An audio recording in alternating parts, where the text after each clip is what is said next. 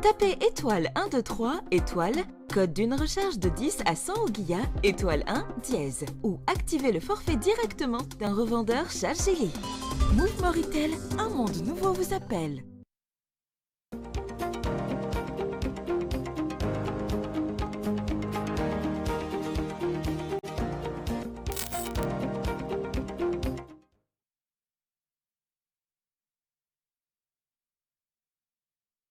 Moritel, un monde nouveau vous appelle.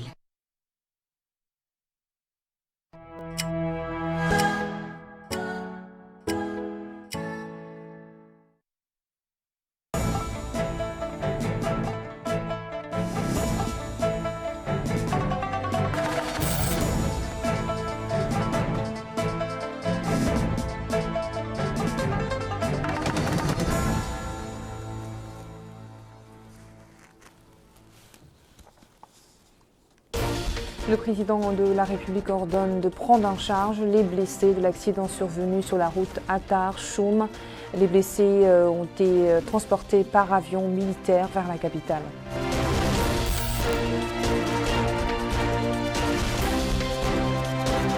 Le ministre de l'Agriculture entame une visite dans la ville d'Ayoun, indique au cours de sa rencontre avec les agriculteurs que le gouvernement œuvrera pour que l'Assaba soit un pôle de développement agricole.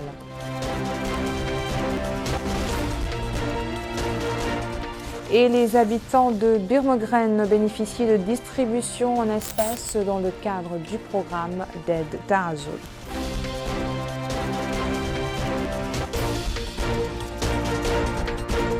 Bonsoir et merci à vous de vous joindre à nous. Le secrétaire général du ministère de la Défense nationale, celui de l'Intérieur et de la décentralisation et le directeur général à la sécurité civile et à la gestion des crises étaient au chevet hier soir des blessés du tragique accident survenu sur la route Attar-Choum. Suite aux instructions du président de la République, ils ont accueilli les blessés à l'hôpital militaire de Nouakchott. Abdullah Damaba. C'est au niveau des services d'urgence de l'hôpital militaire de Nouakchott que les membres de la famille victime d'un accident tragique sur l'axe routier Attar-Choum ont été transférés. Les blessés ont été pris en charge entièrement par l'État sur les lieux. Le personnel soignant de l'hôpital militaire de Nouakchott va assurer le suivi médical et le traitement des blessés. Les autorités du ministère de l'Intérieur et de la Défense étaient au chevet des blessés à leur arrivée à l'hôpital militaire. Suite à la saisie des hautes autorités du pays par les responsables administratifs de la wilaya de l'Adrar, Son Excellence le Président de la République a donné des instructions immédiates en raison de l'état de santé de certains blessés, donc membres de la famille, de les faire évacuer en urgence à Nouakchott pour une prise en charge médicale complète et à 100% aux frais de l'État. C'est ainsi que le ministre de la Défense nationale, et conformément à ses instructions présidentielles, a donc entamé les démarches pour la mobilisation des moyens logistiques nécessaires pour le transfert de cette famille à Nouakchott. C'est ainsi qu'un avion a été mobilisé par l'état-major général des armées. Et donc la famille a été acheminée via cet avion vers Nouakchott, accompagnée de 2 médecins et d'un membre de la famille. Et donc, dès leur arrivée à l'aéroport de Nouakchott, 3 ambulances mobilisées par l'hôpital militaire étaient à leur attente à la passerelle de l'avion. Ces ambulances les ont pris en charge immédiatement et acheminées donc sans tarder vers l'hôpital militaire. les membres de la famille victime de cet accident se sont par la suite exprimés. Rabia Mentisidi, qui dit être la sœur de l'enfant victime de cet accident, a apprécié l'assistance des autorités du pays à la suite de cet incident. Elle a salué la prise en charge qui leur a été réservée au niveau de la wilaya de l'Adrar et sur place aussi à leur arrivée à l'hôpital militaire de Nouakchott. Elle a enfin remercié le président de la République. Le président Mohamed Chérif El Ghazouani a donné des instructions pour l'évacuation à Nouakchott et la prise en charge immédiate aux frais de l'État de la famille victime samedi donc d'un tragique accident de circulation sur la route reliant Attar à Choum. L'état-major général des armées a fourni un avion qui a transporté les 5 blessés à la ville d'Attar vers la capitale afin de subir des soins à l'hôpital militaire où les dispositions nécessaires ont été prises pour prodiguer des traitements nécessaires aux blessés dès leur arrivée. Il convient de noter, selon le communiqué publié, que le suivi de près de la situation des citoyens, le souci de leur sécurité et leur soutien dans les moments difficiles sont des sujets de préoccupation constante et de la plus grande attention du président de la République. Qu'Allah guérisse les blessés et les rende sains et saufs à leur famille, conclut le communiqué. Le ministre de l'Agriculture s'est rendu dans les wilayas de l'Asaba et du Hod El Rabi. Au cours de ses visites, il s'est informé de l'état de certains ouvrages agricoles. Ces visites s'inscrivent dans le cadre de la tournée d'information relative au suivi de la campagne agricole 2022-2023. Abdullah Damaba. Le ministre de l'Agriculture, Yahya Ould Mohamed Waqf, s'est en premier lieu rendu au barrage Vethe de la municipalité de Kourdiel. Cette visite s'est déroulée en présence du Wali de la Saba, Abdelrahman Ould Hassan. Il s'agit de s'informer de visu du déroulement de la campagne agricole 2022-2023. Le ministre a, dans ce cadre, échangé avec les agriculteurs. Il s'est informé des problèmes auxquels ils font face. Par la suite, il s'est rendu à la délégation régionale de l'agriculture de Sevilla. Il a sur les lieux discuté avec les principaux responsables. Dans ce cadre, le délégué régional a présenté un exposé des différents programmes exécutés au niveau de ces régions. Il a aussi été imprégné de l'état d'avancement de la présente campagne agricole. Yahya Ould Mohamed Waqf a aussi tenu une réunion en présence des agriculteurs et différents responsables de ce secteur au niveau de cette wilaya. Il a dans cette optique déclaré que l'État est déterminé à faire de ces régions un pôle de développement agricole. Tous les obstacles dans ce cadre, dit-il, seront levés. La culture s'oublie est actuellement la priorité du département, dit-il, tout en louant les efforts qui ont été accomplis cette année comparés aux années précédentes.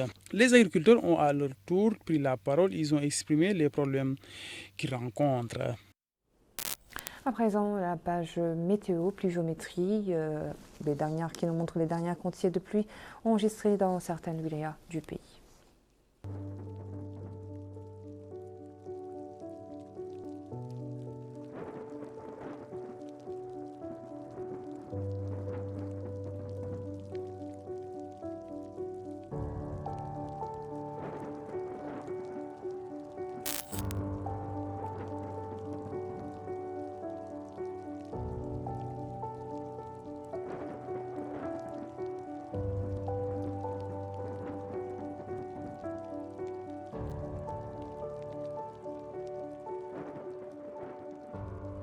Le wali de l'Adrar, Abdallah Mohamed Mahmoud, a supervisé dans les locaux du Conseil régional de la wilaya de l'Adrar le lancement d'une session extraordinaire du Conseil en vue d'élire un premier vice-président de la région.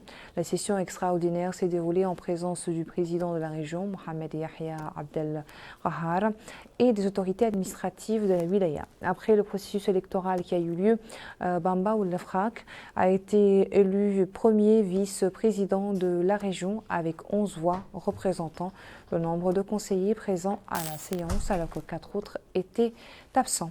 Le wali a félicité le nouveau premier adjoint et tous les membres dont la mission importante est d'instaurer la décentralisation et le développement local dans la wilaya. 130 familles de la Mourata de Bir Mogren ont bénéficié de programmes sociaux de Ta'azour supervisés par le directeur adjoint de l'aide d'urgence et les autorités administratives de la Mourata. Cette opération de distribution d'aide directe en espèces est la deuxième plutôt du genre. Aminata Khan nous en dit plus.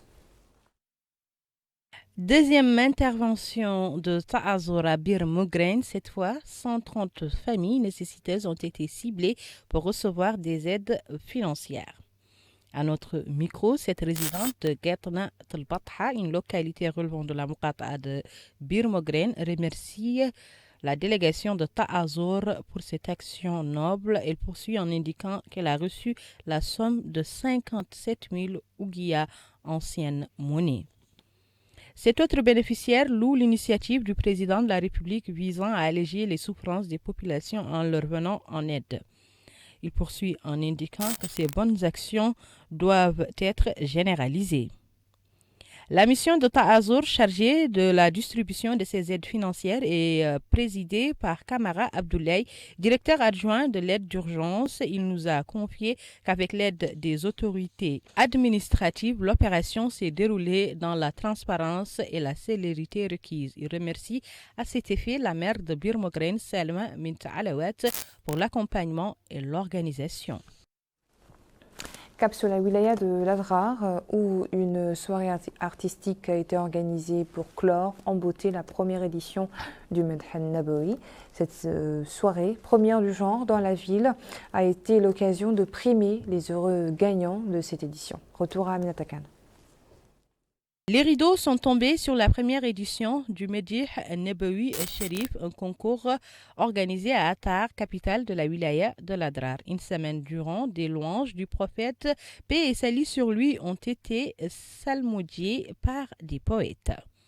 Cette première édition démontre, selon la représentante du ministère de la Culture, de la Jeunesse, des Sports et des Relations avec le Parlement, la place qu'occupe notre bien-aimé Mohamed alayhi afdal salat wassalam dans le cœur des jeunes Mauritaniens, car cette manifestation est organisée à l'initiative de l'Association des jeunes pour la culture et le patrimoine. Elle a en outre félicité tous les participants au concours pour leur esprit de saine concurrence. Lui succédant, l'un des membres de l'Association des jeunes pour la culture et le patrimoine a indiqué que ce concours est désormais inscrit dans le calendrier des grands rendez-vous annuels de la ville d'Attar. À la fin de la cérémonie, des attestations ont été distribuées aux gagnants de cette première édition du grand concours Medih Nabawi Sharif. Le centre hospitalier de Bassiknou accueille quotidiennement des dizaines de patients en quête de soins. Le projet d'extension de l'hôpital permettra d'améliorer la qualité des prestations sanitaires. Image. L'hôpital de Bassiknou est composé de 45 lits, d'un bloc opératoire, d'une section de gynécologie, d'un laboratoire, d'une aile pour les soins dentaires, en plus des urgences et de la pharmacie. Cependant, à cause de la grande affluence des populations de la Muqata'a et des localités voisines, une extension est en cours de réalisation dans le but d'améliorer la qualité des prestations. C'est ce que nous confirme le médecin en chef de l'hôpital, qui a indiqué qu'à cause de sa position géographique, ajoutée à cela la présence de 70 000 réfugiés du camp de Beira, le projet d'extension est devenu plus qu'une nécessité pour offrir des soins de qualité aux patients en quête de soins. L'extension concerne, poursuit-il, les salles de consultation, d'urgence et de la chirurgie, en plus de l'augmentation de l'effectif. Les patients à qui nous avons tendu le micro remercient le personnel de l'hôpital pour l'accueil et les soins prodigués. Voilà qui met fin à notre journal. Merci à vous de nous avoir suivis. Le rappel des titres à la une. Le président de la République ordonne de prendre en charge les blessés de l'accident survenu sur la route Attar-Choum. Les blessés sont transportés par avion militaire vers la capitale. Le ministre de l'Agriculture entame une visite dans la ville d'Ayoun et indique au cours de sa rencontre avec les agriculteurs que le gouvernement œuvrera pour que la Saba soit un pôle de développement agricole.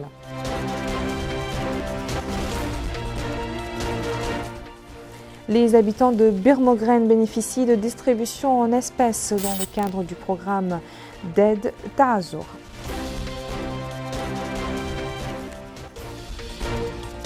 Très bonne suite de programme sur El Mauritania.